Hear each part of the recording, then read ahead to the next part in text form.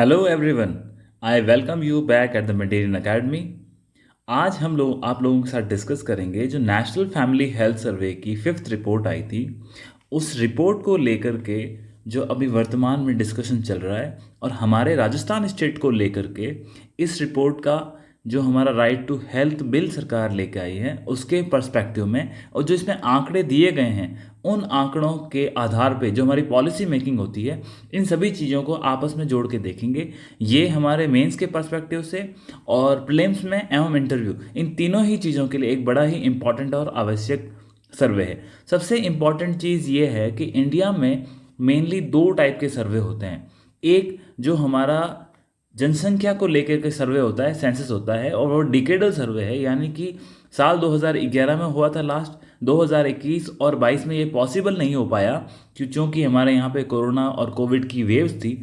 तो 2023 के अंदर ये संभावना है कि इस सर्वे को कंडक्ट करवाया जाएगा। कई राज्यों में इसकी प्रक्रिया आरंभ भी की गई है और राजस्थान के अंदर भी जो हमारी ये नई डिस्ट्रिक्ट्स बनाई है उसका 30 जून तक यदि नोटिफिकेशन निकल जाता है तो उसके बाद सेंसस को डिस्ट्रिक्ट वाइज वापस शुरू करने की प्रक्रिया की जा सकती है। उसके अलावा सेंसस के अलावा जो एक मुख्य सर्वे है वो नेशनल फैमिली हेल्थ सर्वे है और एनएफएचएस की जो लेटेस्ट जो ये सर्वे आया था ये साल 2019 से 21 के बीच के थे आंकड़े। ये लगभग 5 साल के आंकड़ों को कवर करते हैं और इस मिनी सर्वे के माध्यम से हमें हेल्थ से संबंधित पैरामीटर्स, हमें महिलाओं की स्थिति, उनकी एजुकेशन, वैक्सीनेशन का क्या स्टेटस है और सैनिटरी और HIV एड्स हेल्थ संबंधित ये सारे के सारे चीज़ें इस सर्वे में कंडक्ट किया जाता है। तो इस सर्वे को हम देखेंगे, ये पहली बार नहीं था। पहले अगर हम इसकी हिस्ट्री देखें तो इससे पहले नेशनल फैमिली हेल्थ सर्वे के 4 राउंड्स ऑलरेडी कंप्लीट हो चुके थे। ये फिफ्थ की रिपोर्ट है।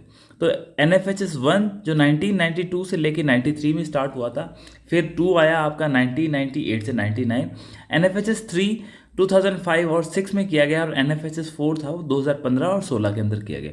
और ये रिसेंट जो सर्वे था NFHS 5 जिसकी रिपोर्ट लास्ट ईयर आ गई थी 2022 के एंड में, परंतु वर्तमान में चर्चा में चल रहा है। और ये जो सर्वे किया गया था 2019 और 21, हालांकि इसमें जो आंकड़े लिए जाते हैं वो पिछले 5 साल के लिए जाते हैं। यदि आप देखिए कि ये सर्वे 19 से 21 में किया गया तो इसमें पिछले 5 साल के आंकड़ों को कैटर करने का प्रयास किया गया होगा।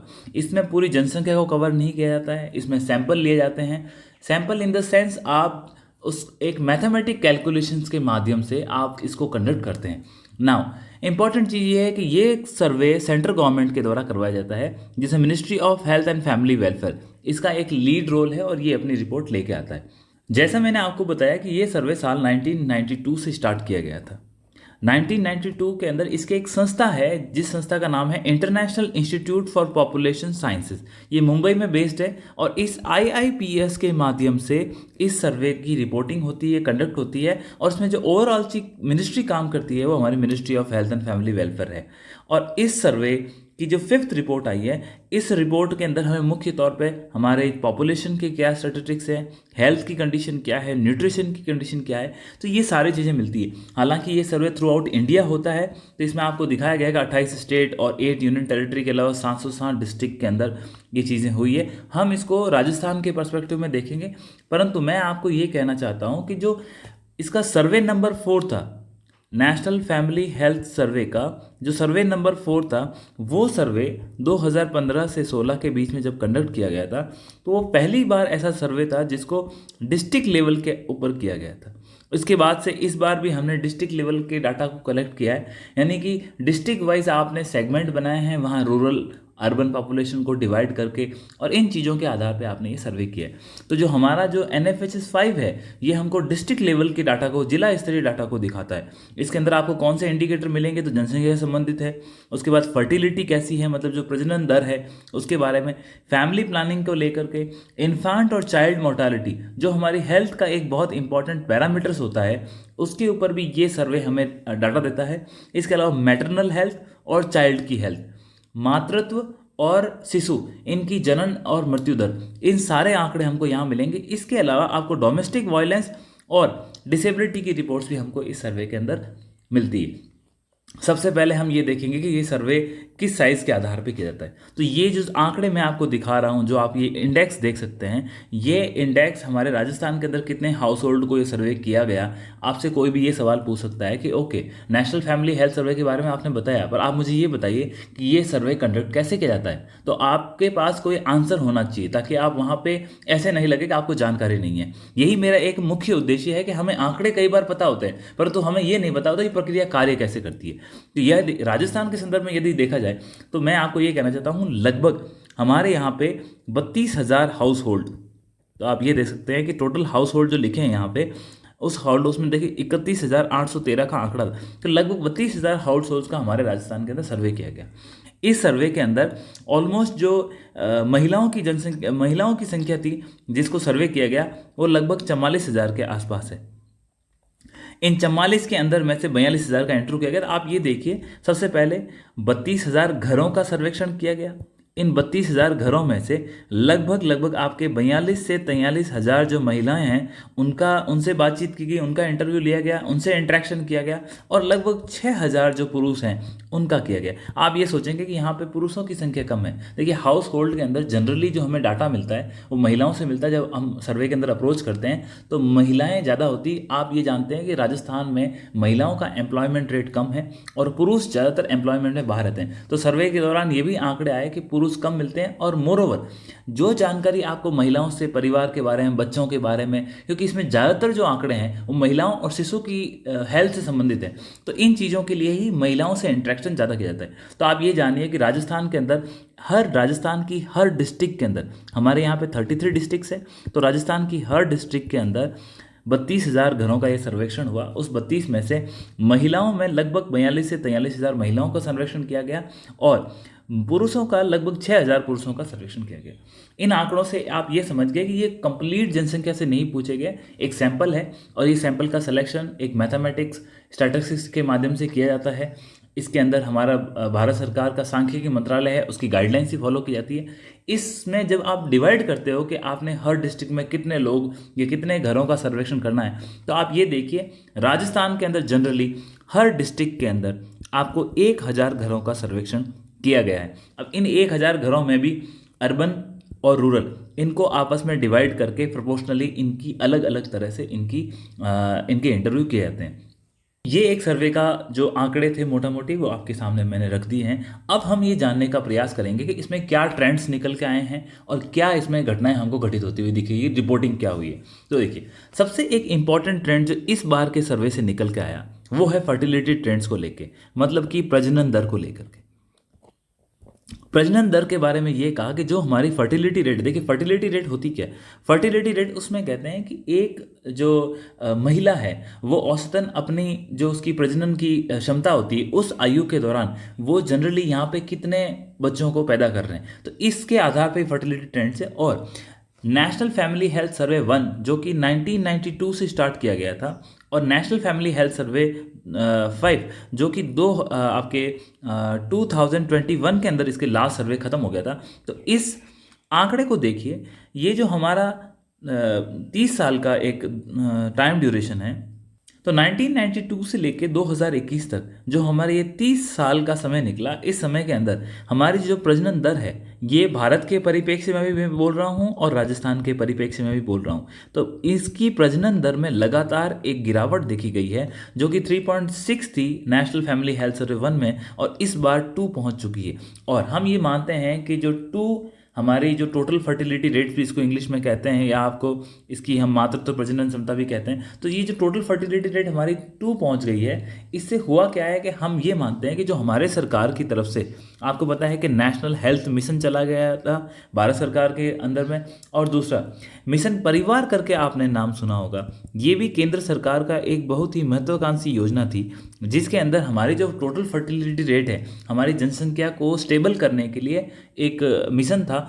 तो इन मिशन के कारण ही हमें ये दिख रहा है कि हमारी फर्टिलिटी की रेट 2.0 पहुंची है, जो कि एक काफ़ी अच्छा आंकड़ा है। हालांकि इससे हमारे देश की जनसंख्या में ग्रोथ है वो रुकी नहीं है, परंतु इसको हम जो टोटल रिप्लेसमेंट रेट होती है 2.1 कहते हैं, उसके आसपास है। तो ये काफ़ी अच्छा आंकड़ा इस सर्वे के दौरान निकल के आया। नेक्स्ट, हम इन्फांट मोर्टालिटी, मतलब कि जो शिशु की मृत्यु दर है,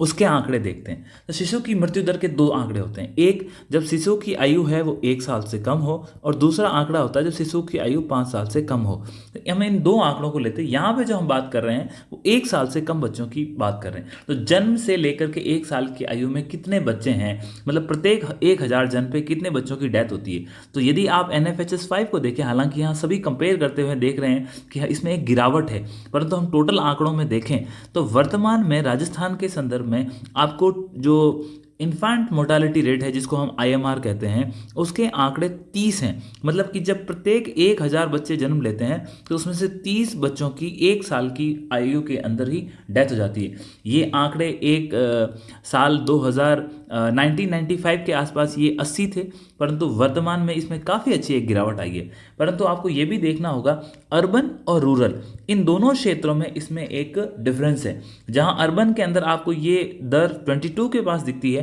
वहीं रूरल सेगमेंट में आपको 32 दिखती है। इसका मतलब आप ये देख सकते हैं कि शहरों में हेल्थ की फैसिलिटी वो बेटर है बजाय कि रूरल एरियाज़ के लिए। तो इससे क्या होता है, सरकार को एक गाइडिंग प्रिंसिपल मिलता है कि आपको रूरल एरियाज़ के लिए हेल्थ के लिए और अच्छा काम करना चाहिए और उसमें इम्प्रूवमेंट करने की ज़रूरत है। तो यहाँ एक हम ये देख सकते हैं अर्बन और रूरल के अंदर डिवाइड भी है, जहाँ शहरों में हेल्थ की फैसिलिटी अच्छी है और गाँव में अच्छी नहीं है। परंतु ओवरऑल यदि देखा जाए तो इन्फांट मोर्टालिटी के अंदर एक गिरावट आई है। तो जो हमारे प्रयास चल रहे थे केंद्र सरकार के, जो आज से 20 साल पहले इन आंकड़ों के आधार पर शुरू किए गए थे, तो वो प्रयास सक्सेसफुल होते हुए हमें दिख रहे हैं। इस बार के सर्वे की एक सबसे इंपॉर्टेंट चीज़ थी वो इंस्टीट्यूशनल डिलीवरी को लेकर थी। इंस्टीट्यूशनल डिलीवरी से मतलब ये है कि जब हम जो महिलाएं बच्चों को जन्म देती है उसमें से कितनी महिलाएं ऐसी है जिनको हेल्थ फैसिलिटी मिल जाती है, वो हॉस्पिटल्स में पहुंच जाती है और वहाँ पे उनकी इंस्टीट्यूशनल डिलीवरी होती है। तो यहाँ पे आपको दो आंकड़े दिखाए। सबसे पहले मैं आपको ये बताना चाहता हूँ कि इंस्टीट्यूशनल डिलीवरी है उसमें एक इम्प्रूवमेंट हुआ है। तो आप यहाँ देखिए हेल्थ फैसिलिटी के अंदर लगभग 95% जो बच्चों का जन्म होता है वो एक किसी न किसी हेल्थ फैसिलिटी के अंदर हुआ, चाहे वो अर्बन क्षेत्र के लिए हो और चाहे वो ग्रामीण क्षेत्र के लिए हो। तो आप ये देखिए कि ये काफ़ी अच्छा इम्प्रूवमेंट है। आज से 15 साल पहले या 20 साल पहले यहाँ पे हालात ये थे, केवल और केवल 30% महिलाएं ही अपने बच्चों का जन्म अस्पताल में देती थी। उसका परिणाम क्या होता था? उसका परिणाम आप देखिए 83% हमारी इन्फेंट मोर्टालिटी रेट थी। मतलब 83 बच्चे रूरल एरिया के अंदर 1 साल की आयु से पहले ही उनकी मृत्यु हो जाती थी।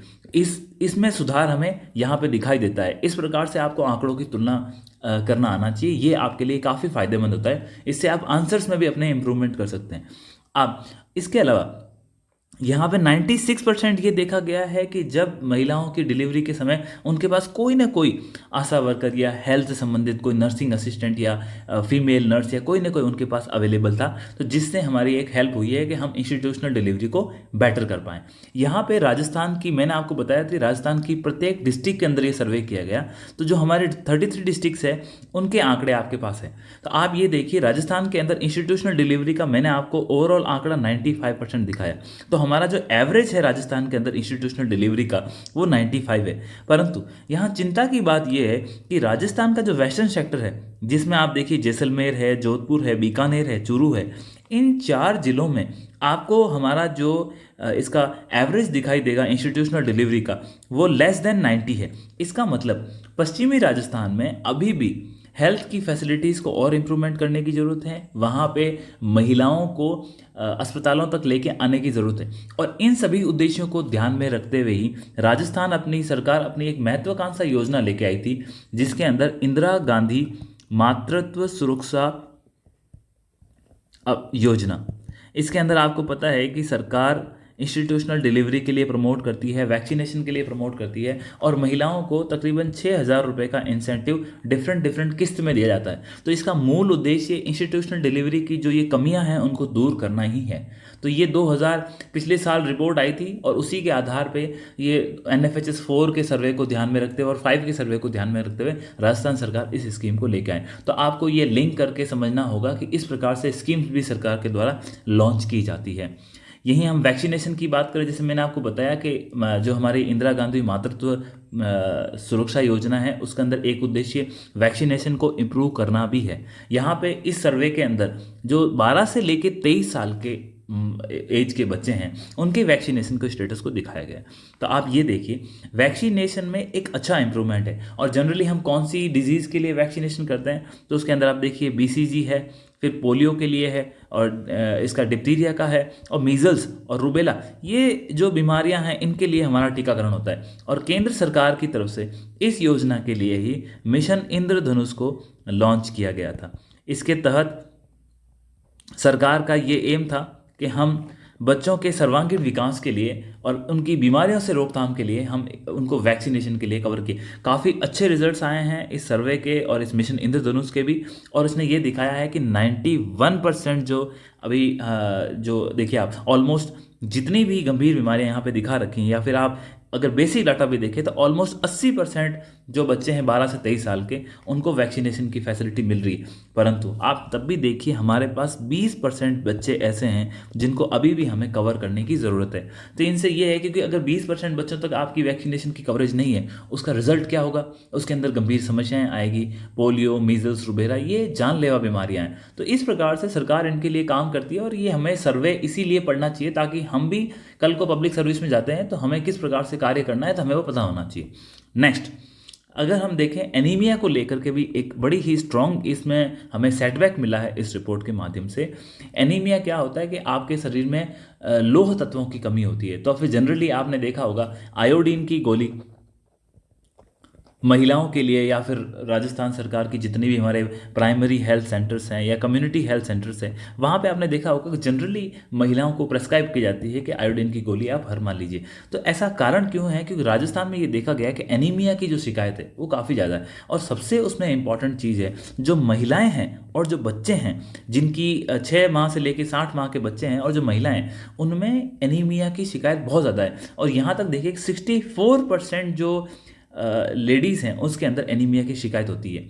इसका एक सोशल कॉज भी बताया जाता है कि जनरली देखा गया है कि घर के अंदर हमारी जो राजस्थान की सोसाइटी है दैट इज़ पैट्रियार्कल सोसाइटी, और वहाँ पे महिलाओं में ये माना जाता है कि पुरुष जब तक फैमिली के फीड्स ना कर ले तब तक महिलाओं को खाना वगैरह नहीं मिलता है। तो उसमें ये कई बार आक्षेप लगते हैं कि उनको बचा हुआ खाना मिलता है तो उसमें उनको गुणवत्ता नहीं मिलती। तो may be this could be a reason, but ये भी एक कारण है एनीमिया का। और इसीलिए आप आंकड़े देख सकते हो कि 64% जो वुमेन्स है, और जब वुमन खुद एनीमिया से ग्रसित है तो आप सोच सकते हैं कि उनसे होने वाले बच्चे, उनमें ये शिकायत रहेगी। तो यहाँ पर भी 64% एनीमिया के केसेस हैं। हालांकि एनीमिया को 3 भागों में बांट रखा है, माइल्ड, सीवियर और मॉडरेट, परंतु हमें ये देखना है कि एनीमिया की शिकायत पुरुषों के तुलना में तो महिलाओं में बहुत ज़्यादा है। और महिलाओं को इन चीज़ों में सुधार के लिए हमें सरकार की तरफ से जैसे आयोडीन की गोलीज वगैरह ये दी जाती है, तो ये प्रयास जारी है। सर्वे के ये कुछ डाटा बड़े इंपॉर्टेंट थे। इसके बाद हम कुछ और इंपॉर्टेंट डाटा हमारे राज्य के परिप्रेक्ष्य में देखेंगे। तो सबसे पहले मैं आपको बताऊं, जो ये सर्वे हुआ था उसमें ये निकल के आया कि लगभग हमारा जो 3/4 है, मतलब 75% जो हमारी पॉपुलेशन है, मैंने आपको बताया सर्वे पॉपुलेशन के बारे में चीज़ें बताता है, वो जनरली रूरल एरिया, ग्रामीण क्षेत्र के अंदर रहते हैं। और इन्होंने कहा कि जब हमने घरों का सर्वेक्षण किया तो उसमें यह देखा गया कि लगभग एक घर के अंदर 5.1 सदस्य है। अब 0.1 उन्होंने एक एवरेज निकाला, ये मैथमेटिक कैलकुलेशन, आप ये मान सकते हैं कि हर घर के अंदर 5 सदस्य है। तो सरकार कोई भी योजना बनाती है तो ये मान के चलती है कि हम ये मानते हैं कि प्रत्येक परिवार के अंदर 5 सदस्य हैं। इस चीज़ को आपने कई बार देखा होगा। तो ये आंकड़े यहाँ से उठ के आते हैं। इसके अलावा जिन घरों का इन्होंने सर्वेक्षण किया उसमें यह पाया कि लगभग 55% लोगों के पास पक्का मकान था, और जिन घरों का इन्होंने सर्वेक्षण किया उसमें से 98% लोगों के पास इलेक्ट्रिसिटी थी, और जो बेसिक पानी पीने की जो सुविधा होती है वो इन्होंने 90% घरों के अंदर देखी। और इनका ये कहना था कि 41% घर है उन्होंने क्लीन फ्यूल को इस्तेमाल किया, मतलब कि जो LPG वगैरह इस्तेमाल होता है उसका। तो आप यहाँ देखिए, जो सरकार क्लेम करती है कई बार और जो सर्वे में रिपोर्ट्स आई है, तो इससे आप एक डाटा बना सकते हो और कह सकते हैं कि यस, अभी भी 100% इलेक्ट्रिसिटी नहीं हुई है, या फिर जो सरकार की तरफ से जो गैस सिलेंडर या उज्ज्वला स्कीम चलाई गई थी उसको अभी भी क्यों जारी रख रही है सरकार। इसका कारण आपको सर्वे में मिलेगा, क्योंकि अभी तक 41-42% लोग हैं जो LPG पे शिफ्ट हुए हैं। तो इसका मतलब सरकार ने इसीलिए उज्ज्वला का दायरे को इतना बढ़ाया, उसने सभी कैटेगरी के लोगों को ऑलमोस्ट इसमें शामिल कर दिया है, ताकि वहाँ पे आपको गैस सिलेंडर की सप्लाई हो। इसके कई बेनिफिट्स हैं अदर देन दिस, परंतु ये भी एक ज़रूरी है कि वहाँ उनको क्लीन फ्यूल मिले। सेकेंड पॉइंट इस सर्वे में जो हमारा उठ के आया वो सैनिटेशन को लेके था। सैनिटेशन के रिगार्डिंग में ये था कि जिन घरों को इन्होंने सर्वे किया उसमें ये पाया कि जो जहाँ पे इनको बिल्कुल सैनिटेशन फैसिलिटी नहीं मिली, उन घरों में देखा गया कि 28% तो गाँव में और 2.8% शहरों में ऐसे इनको घर मिले कि वहाँ पे इनको सैनिटेशन की फैसिलिटी नहीं मिलती। मतलब आप ये सोचिए कि हर 100 में से 30 घरों में रूरल एरिया के अंदर इनको सैनिटेशन फैसिलिटी नहीं मिली। हालांकि ये आंकड़े 2019 तक के आंकड़े हैं, 19-20 तक के आंकड़े हैं, पिछले उनके 5 सालों के हैं। उसके बाद काफ़ी सुधार हुआ है। आपको पता है ODF, ओपन डेफेकेशन फ्री, फिर ओपन डेफेकेशन प्लस, फिर ओपन डेफेकेशन प्लस प्लस। तो सरकार ने जो हमारा स्वच्छ भारत मिशन था, स्वच्छ भारत मिशन के अंदर इसमें कई और इनोवेशंस करते हुए इन चीज़ों में काफ़ी सुधार किया। ये आंकड़े अभी काफ़ी इंप्रूव भी हो गए हैं, परंतु स्टिल आप ये देखिए अर्बन एरियाज़ के अंदर भी 2.5 से 3% लोग ऐसे हैं तो जिनके पास सैनिटेशन फैसिलिटी नहीं थी। उससे इंपॉर्टेंट ये है कि जहाँ इन्होंने सर्वे किया उसमें देखा 70% लोगों के पास तो केवल बेसिक सैनिटेशन फैसिलिटी थी, उसको और उसमें सुधार करने की गुंजाइश होती है। तो वो चीज़ें इनको वहाँ हम इस पर और ध्यान दे सकते हैं। तीसरा एक जो इसमें इंपॉर्टेंट एस्पेक्ट आया, वो एस्पेक्ट आया स्कूल की अटेंडेंस को लेके कि बच्चे कितने स्कूल में जा रहे हैं। न्यू एजुकेशन पॉलिसी आ रखी है और न्यू एजुकेशन पॉलिसी आपको पता है कि बच्चों की 6 साल की एज से पहले भी उसके जो सर्वांगीण विकास के लिए ध्यान देती है। तो यहाँ आप देखिए जो प्री स्कूल होते हैं, जहाँ बच्चों की एज 2 से 4 साल के बीच के बच्चों की बात करें, तो इन्होंने ये कहा केवल और केवल 25% बच्चे ऐसे हैं जो स्कूल जाते हैं। चाहे उसमें वो लड़का हो लड़की हो, उनका हल्का सा मार्जिन फर्क होगा, लेकिन 2 से 4 साल के जो बच्चे हैं उनमें केवल और केवल 25% जो बच्चे हैं वो स्कूल जाते हैं। तो ये स्कूल से मतलब है pre school, I mean to say कि आंगनवाड़ी केंद्र है या कहीं जाते हैं जहां उनको थोड़ा सा एक वहां उनको शिक्षा देना उद्देश्य नहीं है। इससे क्या होता है, उनके न्यूट्रिशन में सुधार होता है, उनको एक सोशल बच्चों को खेलने के लिए वहाँ पर फैसिलिटी मिलती है। तो इन चीज़ों के लिए वहाँ उनको प्री स्कूल भेजा जाता है। प्री स्कूल का उद्देश्य ये नहीं होता है कि आप उनको बेसिक मैथमेटिक्स, बेसिक साइंस या बेसिक चीज़ें सिखाएं, ऐसा कोई उद्देश्य नहीं होता, पर उनके न्यूट्रिशन में सुधार के लिए, उनके आपस में एक सामंजस्य के लिए ये चीज़ें होती है। और यदि देखा जाए 6 से 14 साल की जो आयु के बच्चे हैं, जो उनका जो मेन पर्पज एजुकेशन होता है, वहाँ पर स्कूल की अटेंडेंस है वो 95% देखी गई। जैसे राजस्थान सरकार ने जो दुग्ध योजना चलाई है, स्कूल में बच्चों को दूध मिलता है, तो इस प्रकार की योजनाएं इन चीज़ों में सुधार करने के लिए भी इंपॉर्टेंट है। इन्हीं को टारगेट करने के लिए सरकार इस प्रकार से काम करती है। इसके बाद चाइल्ड मैरिज और उन चीज़ों को देखें, चाइल्ड मैरिज और बर्थ। तो चाइल्ड मैरिज मैंने आपको बताया, हम सब जानते हैं कि राजस्थान चाइल्ड मैरिज के लिए बड़ा फेमस स्टेट है। सर्वे किया गया, सर्वे के अंदर जो 20 साल से लेकर 24 साल की एज की महिलाएं हैं उनसे बात करी गई और ये पाया गया जो राजस्थान के अंदर 18 साल से कम उम्र, उसमें लगभग 1/3 महिलाएं ऐसी थी जिनकी शादी, इन्होंने जितनी महिलाओं का सर्वे किया उसमें यह पाया गया कि 1/3 महिलाओं की शादी 18 साल से पहले कर दी गई। ये उन महिलाओं ने सर्वे में खुद एडमिट किया कि भाई हाँ, हमारी शादी 18 साल से पहले कर दी गई थी। तो ये हालांकि जो हमारा पिछला सर्वे हुआ था NHSS 4, जहाँ पे आंकड़े आपके 35% के आसपास पहुँचे, तो हालांकि उससे गिरावट है, परंतु फिर भी आज भी राजस्थान में चाइल्ड मैरिज प्रेवलेंट है। इसको रोकना क्यों जरूरी है? यदि आप चाइल्ड मैरिज को नहीं रोकते हैं तो इसके साइड इफेक्ट क्या है आप देखिए। अगर आपने चाइल्ड मैरिज नहीं रोकी तो आपको इन्फेंट मोर्टालिटी रेट में गिरावट दिखेगी, मैटरनल मोर्टालिटी रेट है उसके अंदर भी मतलब आपको बढ़ोतरी दिखेगी। आई मीन टू से जब कम उम्र में शादी होती है, प्रेगनेंसी के केसेस होते हैं, तो उससे जो शिशु की मृत्यु दर है या मातृत्व मृत्यु दर है उसमें एक बढ़ोतरी देखी गई है। तो इस कारण से हमें चाइल्ड मैरिज को रोकना बड़ा इंपॉर्टेंट होता है। और आप लोगों के आसपास भी यदि ऐसी कोई घटनाएं होती है तो आप जरूर उसको पुलिस के नोटिस में लेके आएँ और अपने लेवल पे भी समाज में सुधार करने का प्रयास करें और चाइल्ड मैरिज को रोकें। एजुकेशन इंपॉर्टेंट है। जब तक आप महिलाओं को शिक्षा नहीं देंगे और वो जागरूक नहीं होगी, सक्षम नहीं होगी, तब तक इन चीज़ों को कोई रोक नहीं पाएगा। तो एजुकेशन जब बच्चियों को मिलेगी तो उसके कारण ही चाइल्ड मैरिज जैसी घटनाओं में रोक मिले। आज महिलाएं खुद बाहर आके एडमिट करती है सर्वे में कि हाँ, हमारी शादी 18 साल से कम उम्र में हुई, और जिस कारण से आपको बच्चों की और माताओं की इनकी डेथ भी, तो इससे बुरा एक सोसाइटी में नहीं हो सकता है। तो हमें किसी भी सूरत में जहाँ पर भी, चाहे हम गवर्नमेंट जॉब में हो या हम एज ए एजुकेटेड हो या हमारा जहाँ भी परिवार है, समाज है, वहाँ पर चाइल्ड मैरिज रोकने के लिए हमें प्रयास करने चाहिए। इसके अलावा बर्थ को लेकर के भी देखा गया है कि जो 92% जो प्रेगनेंसी हुई थी, उन 92% प्रेगनेंसीज ने सेफ डिलीवरी करी। फिर भी कुछ 8% 7% ऐसे भी केसेस थे जिसके अंदर हो सकता है किसी कारण से मिसकैरेज हो गया हो, अबॉर्शन हो गया। और ये चीज़ें हमें जनरली, ये इतना इंपॉर्टेंट एस्पेक्ट नहीं है, परंतु चाइल्ड मैरिज इस चीज़ के लिए बड़ा इंपॉर्टेंट एस्पेक्ट। नाउ इसके बाद एक देखा गया कॉन्ट्रासेप्टिव, मतलब कि जो निरोध के जो उपाय हैं उसको किस प्रकार से राजस्थान के अंदर अप्लाई किया जाता है। तो यहाँ पे ये जो हमारी प्रजनन है, जनसंख्या को कंट्रोल करने के लिए एक वॉलंटरी सरकार ने लोगों को एक उपाय दिया है। सरकार हालांकि इसको प्रमोट करती है, परंतु सरकार की तरफ से प्रेशर नहीं है। तो इस चीज़ में ये देखा गया कि जनरली जो शादीशुदा महिलाएं होती है, उन महिलाओं के अंदर कॉन्ट्रासेप्टिव की रेट ज़्यादा है बजाय कि पुरुषों के अंदर। तो राजस्थान के अंदर भी यही चीज़ देखने की गई है कि लगभग 62% जो महिलाएं हैं वो इन मेथड्स को अप्लाई करती है, जहां पुरुष हैं वो लगभग 39% ही इन चीज़ों का इस्तेमाल करते हैं। और ये तक हुआ है कि जो 40%,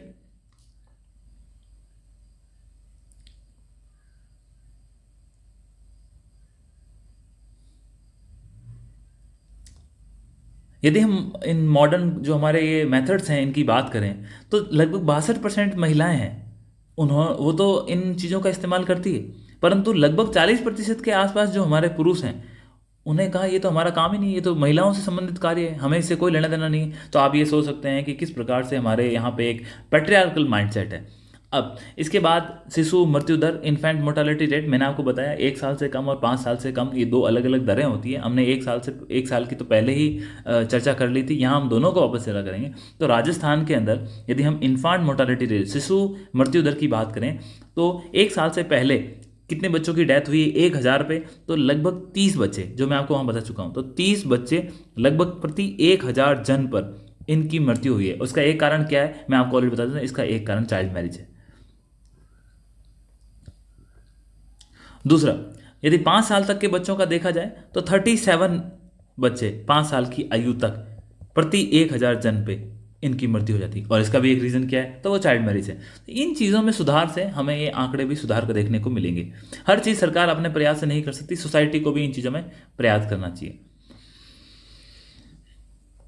अब इंस्टीट्यूशनल डिलीवरी के बारे में हम ऑलरेडी चर्चा कर चुके हैं। मैंने बताया लगभग हमारे यहाँ पे 95% है वो हॉस्पिटल्स के अंदर जन्म हुए हैं। तो ये काफ़ी एक बहुत अच्छी इंपॉर्टेंट चीज़ है। वैक्सीनेशन, जैसे मिशन इंद्रधनुष ने काफ़ी रिजल्ट अच्छे हासिल किए, इसके बारे में हम चर्चा कर चुके हैं। लगभग 80% जो बच्चे हैं उनको वैक्सीनेशन मिल रहा है। परंतु मैंने कहा था कि हमारा फोकस है जो बैलेंस 20% को किस प्रकार से इस मेन स्ट्रीम में ला करके उनका वैक्सीनेशन किया जाए। और आप भी ध्यान रखें कि जो हमारी गंभीर बीमारियां हैं उसी को ध्यान में रखते हुए वैक्सीनेशन बड़ा इंपॉर्टेंट है। कई बार देखा गया है कि लोग इंजेक्शन के डर से, बच्चों के रोने के डर से इन चीज़ों को नहीं करवाते, परंतु ये याद रखिए ट्यूबरक्लोसिस है, डिप्थीरिया है, परटेसिस है, टेटनस है, पोलो है, मीजल्स है, रुबेला है, इन गंभीर बीमारियों से बचने के लिए बच्चों का वैक्सीनेशन होना बहुत इंपॉर्टेंट है।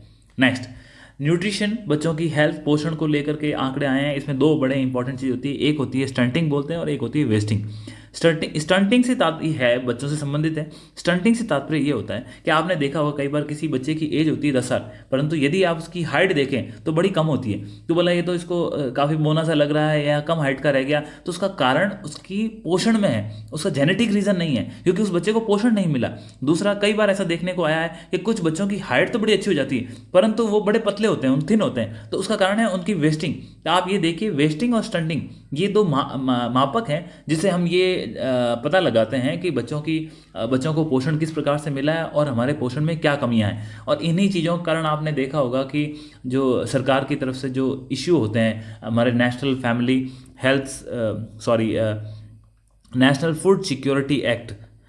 फूड सिक्योरिटी एक्ट के तहत जो 2013 में आया था, उसके तहत सरकार की तरफ से जो एक मिनिमम बेसिक प्राइस पे लोगों को राशन दिया जाता है, जिसमें आपको गेहूं और चावल मिलते हैं, तो सरकार उनको फोर्टिफाइड करना चाहती है। मतलब उसके अंदर वो सरकार सोचती है कि हम मिनरल्स वगैरह ऐड करके इनको प्रोवाइड करें, जिससे कि ये पोषण की समस्या है उसमें गिरावट हो। तो यहाँ पे जो 5 साल से कम बच्चों में हमें ये देखने को मिला है कि स्टंटिंग और वेस्टिंग दोनों ही केसों में गिरावट है। जहां पिछले सर्वे के अंदर 4 के अंदर 39% के आसपास थे, तो स्टंटिंग में इस बार 32% के आंकड़े मिले। वहीं वेस्टिंग की बात करें तो वेस्टिंग है वो 23% था लास्ट टाइम और इस बार 17% है। तो यस, गिरावट है, परंतु हमने जैसे बताया, मैंने आपको अभी पीछे एक स्लाइड बताई थी जिसमें मैंने कहा था, इस स्लाइड में आपने देखा कि 64% वुमन है वो एनीमिया से ग्रसित है, उसी प्रकार बच्चे हैं 64%, तो वो भी एनीमिया से ग्रसित है। और याद रखिए, स्टंटिंग और वेस्टिंग इन दोनों चीज़ों के लिए हम 5 साल से कम उम्र के बच्चों के आंकड़े जुटाते हैं। तो यहाँ आप देखिए 60 माह तक के बच्चों के आंकड़े हैं। इसका मतलब 64% बच्चे हैं वो एनीमिया से ग्रसित है। इसीलिए हमारे स्टंटिंग और वेस्टिंग के आंकड़े भी काफ़ी हाई आते हैं। हालांकि इसमें सुधार है, परंतु इसमें और सुधार की गुंजाइश है। इसके बाद आप देखिए एनीमिया के केसेस पे हम ऑलरेडी चर्चा कर चुके हैं। इंश्योरेंस कवरेज जो राजस्थान सरकार ने चिरंजीवी योजना लेके आई है, और ये इन आंकड़ों के आधार पर था, और चिरंजीवी इसके अंदर हमारी कवरेज काफ़ी अच्छी हुई है। एचआईवी और एड्स को लेकर के भी इम्पॉर्टेंट ये है कि केवल और केवल 36% ही लोग ऐसे थे जिनको एचआईवी और एड्स के बारे में थोड़ा ढंग से पता था। बाकी हाँ, हमने नाम सुना है परंतु उसकी जानकारी नहीं निकलती। तो ये गंभीर बीमारियां हैं, जानलेवा बीमारियां हैं। तो यदि इनको जानकारी ही लोगों को नहीं है तो फिर ये आगे और उसके कैस्केडिंग और नेगेटिव इफेक्ट देखने को मिले। सैनिटरी पैड्स को लेकर के भी इस सर्वे के अंदर रिपोर्ट्स की गई, तो उसमें ये बताया गया कि लगभग 76% जो महिलाएं हैं वो सैनिटरी नैपकिन्स यूज़ करती है। तो आप ये सोचिए, still we have to go for 24%। अभी भी 24% महिलाएं हैं वो बचती है। याद रखिए ये एक सर्वे है, ये सबका सभी घरों का नहीं किया गया है, तो हो सकता है ये आंकड़ा इससे भी कम आता। तो इसका मतलब ये, इसीलिए सरकार ने जो आयम शक्ति उड़ान योजना के बारे में आपने सुना होगा, आयम शक्ति उड़ान योजना, तो ये योजना का उद्देश्य ही यही था कि लोग जो बच्चियां हैं और महिलाएं हैं उनको एक तो माहवारी के बारे में जानकारी प्रदान की जाए, और उनको सैनिटरी जो हमारे पैड्स हैं वो फ्री ऑफ कॉस्ट प्रोवाइड किए जाए। तो ये उद्देश्य इन कारण से ही थे कि अभी भी हमारे रूरल एरियाज़ में और अर्बन एरियाज़ में इसको लेके काफ़ी हेजिटेशन है। बैंकिंग के बारे में भी इनमें सवाल पूछे गए थे, और ये देखा गया कि हाँ, बैंकिंग के अंदर भी सुधार हुआ है, और ऑलमोस्ट 80% जो हमारे राजस्थान में महिलाएं हैं, 80% जो हमारे राजस्थान के अंदर महिलाएं हैं वो किसी न किसी प्रकार से बैंक से या अपने खातों से जुड़ी हुई है। फिजिकल वायलेंस या सेक्सुअल वायलेंस के केसेस का भी इसके अंदर रिपोर्ट पूछा गया। देखिए राजस्थान में हालांकि महिलाओं ने इसमें हेजिटेशन दिखाई है, जनरली उनकी रिपोर्टिंग सही नहीं है, परंतु फिर भी यहाँ पर 24% महिलाओं ने ये कहा है कि हमने किसी न किसी प्रकार का फिजिकल या सेक्सुअल वायलेंस है वो फेस किया है। तो ये मैरिज के बाद इस प्रकार की समस्या होती है, जैसे दहेज प्रताड़ना है, और किसी न किसी प्रकार की डिमांड के लिए ये परेशान किया जाता है। तो ये एक चीज़ इस सर्वे के अंदर हाईलाइट की गई है जो पिछले सर्वे में नहीं थी। ये इस प्रकार से आप ये समझ गए होंगे कि नेशनल फैमिली हेल्थ सर्वे जो हमारा ये हमारी जो इसकी 5th सीरीज़ थी, जिसमें 2019 से लेके 21 तक सर्वे किया गया, और इसके जो आंकड़े आए हैं वो आंकड़े हमारी पॉलिसी मेकिंग के लिए बहुत इंपॉर्टेंट है। और इन आंकड़ों से आप कोट कर सकते हैं कि यस, हमारे हेल्थ पैरामीटर्स ऐसे हैं, सोशल हेल्थ ऐसी है, और इन चीज़ों में हमें सुधार करना चाहिए। इसमें हमने एक फर्टिलिटी रेट्स के बारे में बात की थी जो ऑलमोस्ट 2% के आसपास है, ये काफ़ी अच्छा इंप्रूवमेंट था। हमने ये देखा कि जो हमारे राजस्थान में एनीमिया है वो वुमेंस में और चाइल्ड्स में काफ़ी प्रेवलेंट है, और लगभग 64% केसेस ऐसे हैं जहाँ पे एनीमिया की शिकायत है। तो इसको इम्प्रूवमेंट करने के लिए सरकार को जैसे आयरन वगैरह की गोली वगैरह प्रोवाइड करती है, उसमें और सुधार करने की आवश्यकता है। हमने चाइल्ड न्यूट्रिशन एक बड़ा इंपॉर्टेंट फैक्टर था, जिसके अंदर हमने बच्चों के अंदर स्टंटिंग और वेस्टिंग ये दोनों समस्याएं देखी। और इसके अलावा हमने जो एक तो इंस्टीट्यूशनल डिलीवरी, जिसके अंदर महिलाओं की जो उनकी डिलीवरी हुई है वो सरकारी अस्पतालों में हुई। इंस्टीट्यूशनल डिलीवरी से मैं आपको एक और चीज़ कहना चाहता हूँ। इस सर्वे में, हालांकि राजस्थान के परिप्रेक्ष्य में नहीं था, ओवरऑल परस्पेक्टिव ये देखा गया कि जहाँ इंस्टीट्यूशनल डिलीवरी 95% है, परंतु जो सी सेक्शन डिलीवरी होती है या फिर जो सर्जरी जिसको बोलते हैं या ऑपरेशन से जो डिलीवरीज होती है, उनकी संख्या अब नॉर्मली काफ़ी बढ़ोतरी हुई है। और उसमें भी ये देखा गया कि जो प्राइवेट हॉस्पिटल्स हैं वहाँ पर सी सेक्शन डिलीवरी ऑलमोस्ट काफ़ी ज़्यादा देखा गया। तो ये एक चिंता का विषय है, क्योंकि ये एक यहाँ पे जैसे जैसे लोग हॉस्पिटल्स पहुँच रहे हैं तो इसका एक मोनेटाइजेशन भी हो रहा है, पैसे भी इसमें आ रहे हैं, तो इसका एक नेगेटिव इम्पैक्ट ये देखा गया है। तो इसमें हमें एक सुधार करने के लिए प्रयास करने पड़ेंगे। हालांकि सरकारी अस्पतालों में सी सेक्शन डिलीवरीज कम है, तो ये एक इम्पॉर्टेंट चीज़ थी तो हमने देखी। यहाँ पे इन आंकड़ों के आधार पे आप अपना ये निष्कर्ष निकाल सकते हैं कि जो हमारा सरकार, राजस्थान सरकार है, वो राइट टू हेल्थ जो बिल अभी जो चर्चाओं में चल रहा है और जिस बिल एक्ट को भी सरकार ने पारित भी कर दिया है, तो ये एक्ट में हम और क्या सुधार कर सकते हैं। तो ये जो हमारे पास रिपोर्ट्स आती है, इन रिपोर्ट्स के माध्यम से पॉलिसीज़ बनती है और इसी के आधार पे हमको इन चीज़ों में सुधार करना चाहिए। तो जब सरकार ये पब्लिक के अंदर डोमेन में एक्ट लाती है तो ये सुधार जो अपेक्षाएं की जाती है वो इसी प्रकार से की जाती है कि आप और क्या सुधार चाहते हो। तो आप अपने लेवल पे जहाँ आपको मौका मिले इन चीज़ों में सुधार करें। और दूसरा मेरा आपसे ये भी है कि इसको इम्पॉर्टेंट और सीरियस तरीके से लें, ताकि क्या है कि जब आप मेंस के आंसर लिखें या आपसे इंटरव्यू में कोई सवाल पूछे तो आपके पास इतना कॉन्फिडेंस हो कि यस, अगले को लगे कि हाँ आपके पास एक एम्पल जानकारी है और he is a aware citizen. तो आई होप आपको काफ़ी अच्छा लगा होगा। Thank you so much and please do subscribe us, share अस, तो हमें भी इस प्रकार से जोश मिलता रहे और हम आगे इसी प्रकार से कार्य करते रहें। Thank you.